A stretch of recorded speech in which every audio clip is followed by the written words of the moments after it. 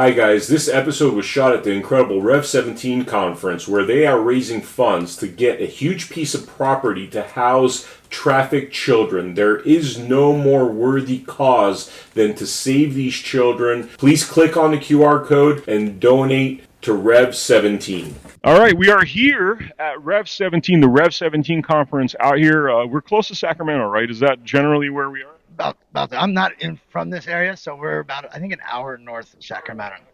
I'm not from this area either. I just drove in and, amazing conference about child trafficking. And I have this gentleman here. If you could introduce yourself and tell me what you do. My name is Adam Vena. I am fighting for my 7-year-old son's gender identity. They're trying to transition my son from a boy to a girl, and it started at 2 years old with Aiden. Dude, okay. So Jeff Younger is a friend of mine. You know Jeff Younger, right? On the phone with him a couple days. I was just on the phone with him a couple days ago. Excellent. He's an absolute warrior for his kids. And I feel bad for Jeff. Harrison Tinsley's another one. Harrison Tinsley ended up getting his son back. He was one of the few that actually won. But Jeff Younger, the ex-wife decides to transition child 2 years old. Texas says no. She traffics the child to California. California is a sanctuary state. Now the child's 12 years old. He's changed the child's name to a female name, and the child's about to be castrated. I think Donald Trump actually put a stay on that, or he stopped it at one point. But this is the kind of situation that fathers and some mothers, but it's primarily fathers. I mean, to break it down, it's probably like 90% fathers and 10% mothers this happened. It does happen to mothers. But these are like horror stories where the government decides what they're going to do with your child. Complete tyranny. This is like British law invading our freedom. That's where this family law stuff comes from. I'm going to give the mic to you. Tell me your whole story. Yeah. And I just want to tell you that your followers, there's a lot of bad bills that are going on here in California. We've got SB 107, which made California transgender sanctuary state. We got AB 1955, where schools can now keep secrets from parents. We've got AB 665. We've got a whole host of bills that are so anti-parent here in the state of California, and it seems like it's been written by one senator here, Scott Wiener. It seems like he's the author or the... Sorry, Scott Wiener is the LGBTQ plus pervert guy, right? Yes, he is. Yes, he is. No, I'm glad you're clarifying on that. Yes, Scott Wiener is I'll put it mildly, a very interesting person. He's absolutely obsessed with children and separating traditional families and their values. My story is basically I have a son. He's now getting ready to turn 7 here in a few days. I first received a photo from my son's mother of my son in a pink dress when he was 2 years old. I spoke out against it, and I had thought it had stopped. And on my son's 3rd birthday, we were potty training him at the time. He said, "Daddy, I got to go to the bathroom." I said, "Great. Do you want help, or do you want to do it by yourself?" He said, "No, I want to go by myself." I said, "Great. Let me know if you need anything." So he comes out. He goes, "I need help washing my hands." We washed his hands, and as we're leaving the restroom, he looks at me and says, "Mommy bought me a pink dress." The way I'm going to tell you and the way I'm going to tell your followers is I got down on one knee, I looked him in the eyes, and I said, "Hey, buddy, you're a boy, not a girl, and boys don't wear dresses." And he looks at me and says, "Okay, Daddy," and we went on with his birthday. A few days later, I was angry, and I sent out a bunch of text messages to his mother. None of those text messages were any violence. No text messages, "I'm going to come over there and kidnap him." It was, "He's a boy, not a girl," and there was bad words in those text messages. But they were able to get a temporary restraining order taken out on me, which kept me from my son. And the judge ordered 2 FaceTime conversations with him. I had to sit there and look at my son, talk about his dresses. He had nail polish on. He had a treasure box full of girl things. He had earrings. And me being a father, I was not allowed to say anything, because if I said something, it'd be a violation of the restraining order or the temporary restraining order. So I couldn't say anything. The judge also ordered a gender assessment to be done on my son at 4 years old. I requested to sit in on that gender assessment, and they denied me that. They denied me the therapist that I had hired. to ask questions. They denied me that, and they denied me a phone call. In the last 4 going on 5 years, I have not once spoke to Children's Hospital of Los Angeles. Not once has Children's Hospital of Los Angeles called the father to ask what I think is going on with my son. So my case has been very, very one-sided. I have never hit my son's mother. I've never hit my son's mother. It has been all verbal fights between both of us, and I always left the house when we were living together. But they were still able to get the 3-year temporary, and now it would be a 5-year temporary because I'm not gender affirming my son. Um, I have basically lost everything, dude. I have lost all my parental rights, my father's rights. I've lost my Second Amendment because of this. His grandparents have not seen their grandson in almost 5 years. This has been a tremendous heartache on my family. I'm not a dopehead. I'm not an alcoholic. I've got an amazing job that I work extremely hard to get. Um, and they have criminalized me because I'm not gender affirming my son. My son goes by Luna too. So me and Jeff Younger's story is pretty much similar, except they were living in Texas and came to California. But me and Jeff Younger's story is almost identical when it comes to stuff. I wanted to mention this, dude. I mean, I haven't talked about this a lot. And I mean, I've maybe mentioned it a few times. I actually haven't seen my kids for 8 years, and the reason I haven't seen my kids for 8 years is because my ex-wife kidnapped and trafficked them. I have evidence that they create basically fraud. I mean, stuff that, like, for example, if she had done what she did in family law court with fake documents and just full on fraud. I'm talking about hiring literal actresses that pretend they're social workers to say bad stuff about me because they couldn't get bad stuff. Now, if this was a regular civil court, she would have been in jail for a very long time because that is like gross perjury. That's like fraud upon the court, which is the worst thing you could do. But in family law court, because these judges were so corrupt, it was obvious, although I don't have receipts that the judge was bribed, it was very obvious that that was going on. And so these kind of voted on by the judges. The family court judges aren't voted on; they're governor appointed. So a lot of these family court judges are activist judges, and they're trained in these matters, heavily trained, and again, majority of the time, it's there's no money to be made with the safe parent in family court, only the unsafe parent. Because with the unsafe parent, the revolving door for family court is always revolving. Everybody makes money when it comes to the family court with the unsafe parents. Minors counsel makes money, your attorney makes money, her attorney makes money, the judge makes money. Everybody's making money as long as that revolving door, as long as they're continuing and continuing and continuing the court case. And family court is it's a corrupt system. And these stories that you're talking about, I mean, this is treason against our Constitution. This is treason against our values. These people should be tried for treason. That's what what the law should do. But like, they're protected by the governors, whereas all of them should be in jail. They're criminals. Absolutely, I think we need to get rid of the judge immunity, and I don't think family court judges should be governor appointed. They need to be voted on by the people.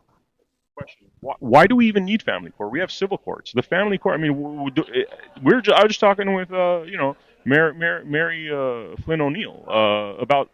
She's like, we got to abolish this stuff. It's crazy. Like, and make the churches that's where the foster care homes are.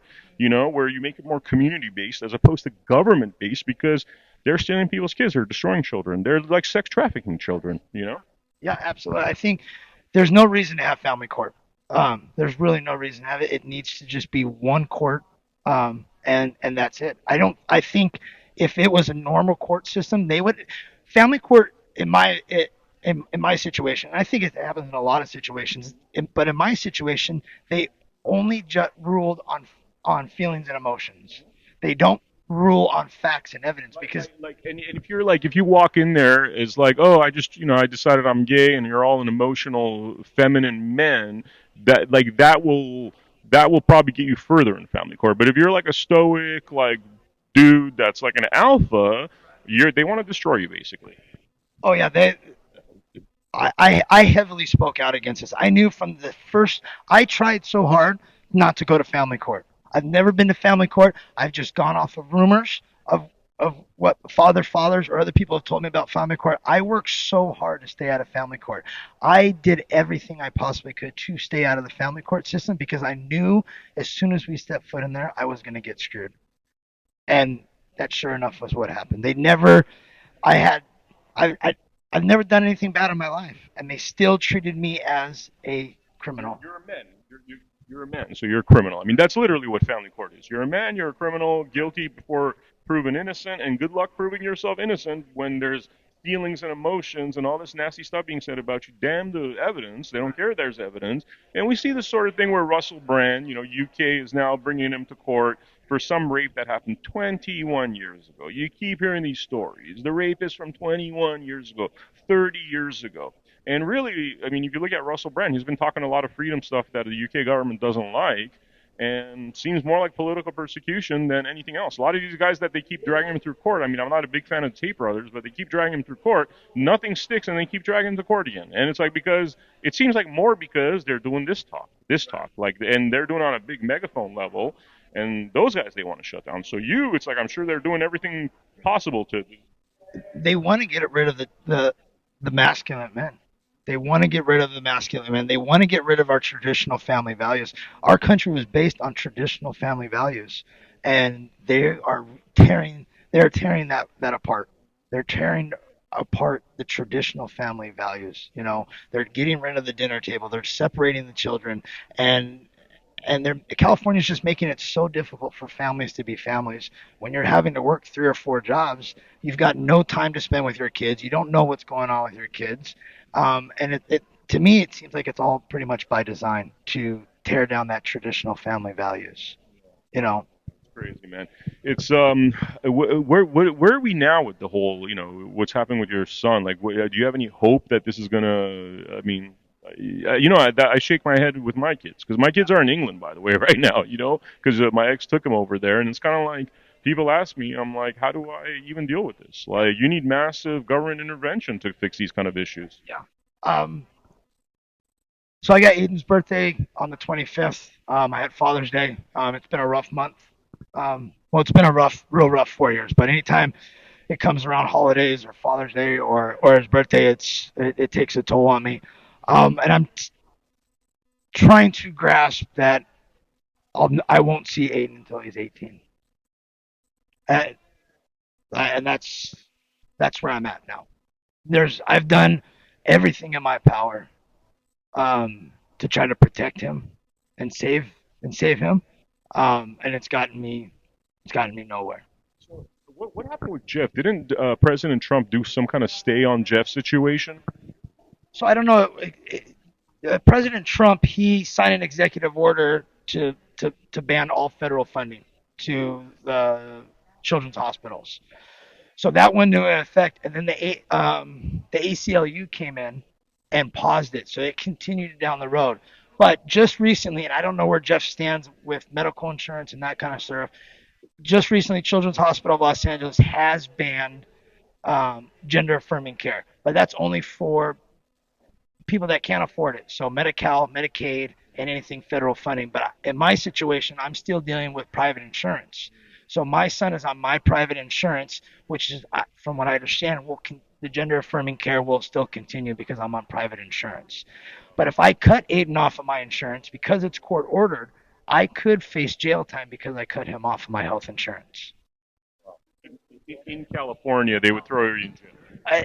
From my understanding, because it's court ordered.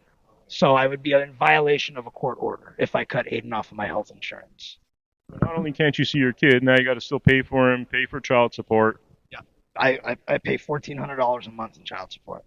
I mean, I think our viewers out there know, like, marriage rates have plummeted. Men don't want to get married. It's like, for most men, the idea of marriage or even having a female that they even have a semblance of trust in is a non-starter. This is where we are in this world right now, societal collapse. Yeah. And I think it's all been done by design. I really do. Birth rates are low. I think this gender affirming care is another way to lower the birth rate. You castrate and you put a bunch of kids on puberty blockers, boys or girls, or you tell them that they're born in the wrong body, they're not going to have kids. So now our birth rate's going to go down, the population's going to go down, and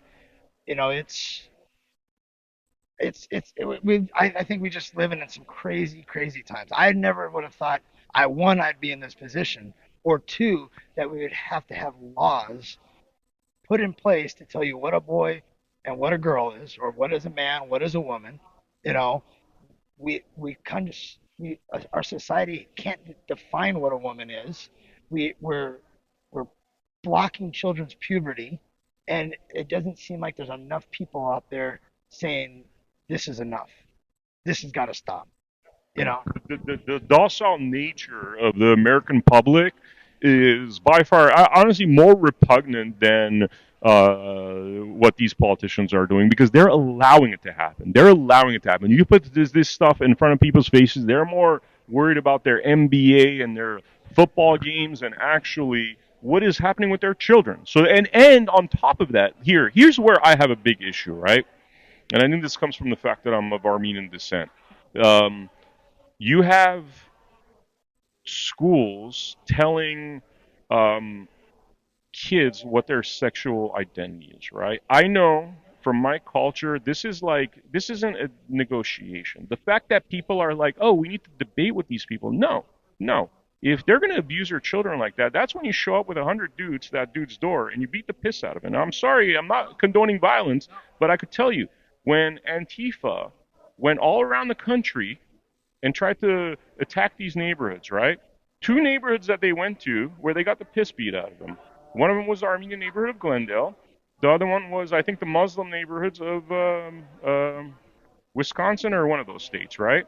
And they were just like, no, dude, this is not even a conversation. Like, you want to touch my kid, I'll fucking kill you. Like, sorry about that. But that's, so like the fact that we're negotiating with these terrorists and people are okay with having debates about what is their life, liberty, pursuit of happiness, and property embedded in our Constitution. This is not a debate. No, it's not a debate. Again, I'm going back.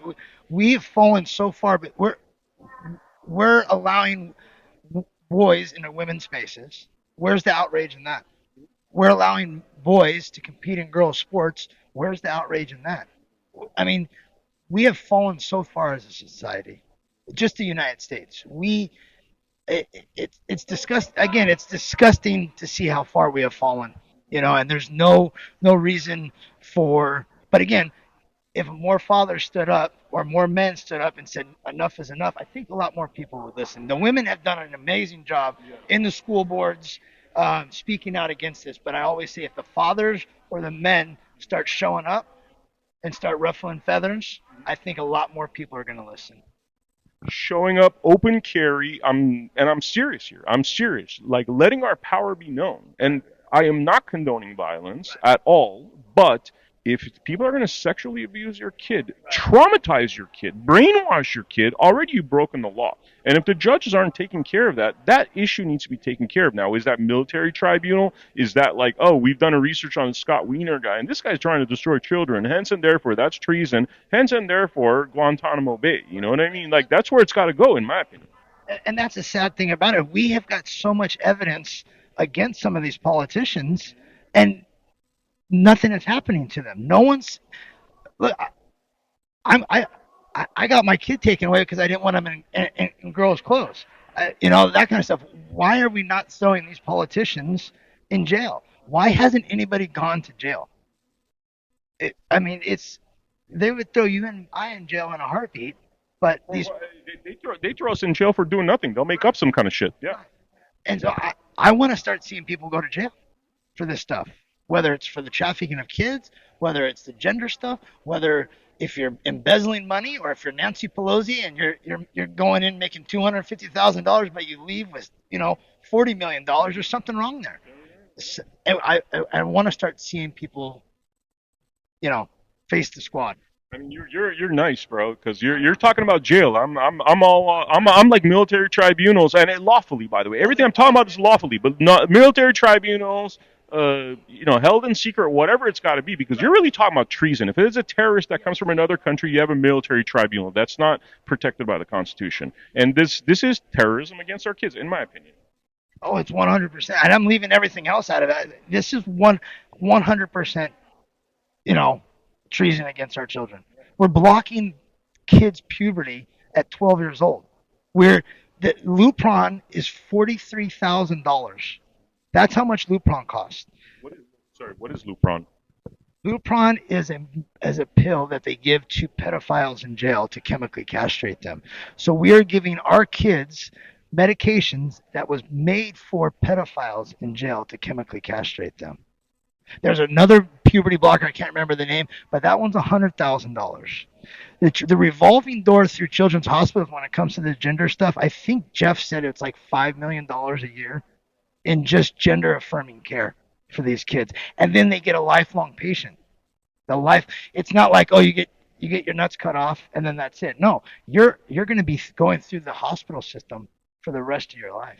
These girls are going to be going through the hospital system for the rest of their life. I mean, Lupron it ruins your bone growth. It ruins your brain. It hurts it destroys your spine. And we're giving this to kids. And why we are not having more people speaking out against this is mind-boggling to me. It's like suicide on the installment plan. They're going to destroy these children. A lot of these children, you hear they grow up, there's been various stories where children that have been transitioned at a very young age then end up committing suicide before they're 40. Read too many of those. And this is what they're doing. So these people are theoretically, you're talking about manslaughter. You're talking about they know what they're doing. If you know the end of it. And by the way, it goes for the COVID jab too. Those doctors that knew it was bad and they push that stuff onto us, same thing, man. Those people, like military tribunals, you're killing people, period. I was forced to get the vaccine. My son at 4 years old had to get the vaccine. I had to sit there and watch my son cry on a FaceTime because they were going to give him the COVID shot. And I was begging the court system, begging the attorneys, please do not give my son this shot. This was before all the stuff that's come out. I knew there was something. Anyways, why would you give a perfectly healthy little boy that never gets sick a COVID vaccine? Why would you give a kid that young? He's still growing. And how convenient that woman, and I'm sorry, a lot of women are, we just had Mary Flynn O'Neill. That woman's a powerhouse, you know what I mean? But a lot of women are weaker and they allow that kind of stuff because you're standing up against it. And I've heard this story a lot, that dad's against the vaccine. Mom is going around basically believing what the mainstream media tells them, right? How's your son's health been since he got the vaccine? I don't know. I don't have any contact with my son. They don't even tell you, hey, he's like... No, I'm not allowed any medical records on him. We were supposed to get the second diagnosis from Children's Hospital. They did not give me that. Mind you, my son was never diagnosed with gender dysphoria. My son was diagnosed with gender curious. So they've gone to who knows how many doctors to either get the diagnosis that they wanted or the diagnosis never really happened, but they're still transitioning my son. All these people need to be tried, Guantanamo Bay, and really send a message out there, Seriously. I'm so sick of hearing these stories, man. It's like wholesale now. It's wholesale. It's all around the country. It's like your story, Jeff Younger's story is becoming the norm, and that's a crime. It's a crime against humanity. That's what it is. You're stealing the children's identity. That is one of the elements of genocide, and so crimes against humanity. When you saw Nuremberg, what did they do with the crimes against humanity? That's what needs to happen to these people. I'll give you the mic for you to make a closing comment. Yeah, my closing comment is going to be for the parents. It's time we bring back the dinner table. Turn off your phones. Sit down at the dinner table. When I was a kid, I used to hate it because I'd rather be out playing with my kids. Now that I'm older, a little bit wiser, I look at that and I go, what an amazing experience, because I sat down and I was able to talk to my mom, talk to my dad, talk to my brother, and vice versa. You'll learn so much from your kids when you're sitting down at the dinner table. Turn the phones off. You're going to learn what's going on in school. You're going to learn who their friends are. You're going to learn everything about it if you just spend a half an hour at the dinner table. Thank you so much, Adam. Thank you. And for the viewers out there, we're at the Rev 17 Festival. Definitely check these guys out. There's going to be links on the bottom. It's all about stopping child trafficking, stopping the CPS terrorism complex, stopping the family law industrial complex. So thank you for joining us, and I will see you on the next episode.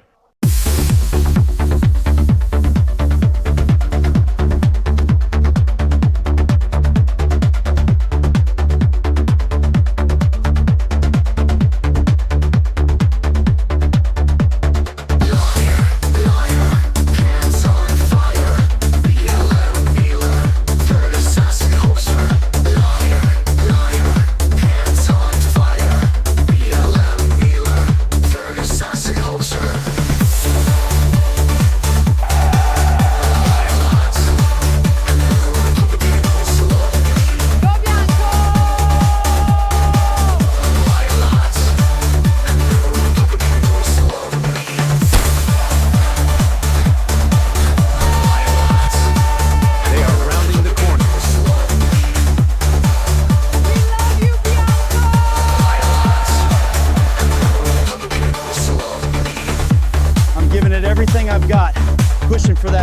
place.